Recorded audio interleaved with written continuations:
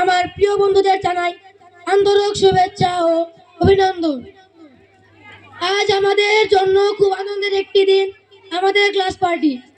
এই অনুষ্ঠানটি আয়োজনের জন্য আমি আমাদের শ্রদ্ধেয় শিক্ষক মন্ডলীর প্রতি হৃদয়ের গভীর থেকে কৃতজ্ঞতা জানাই।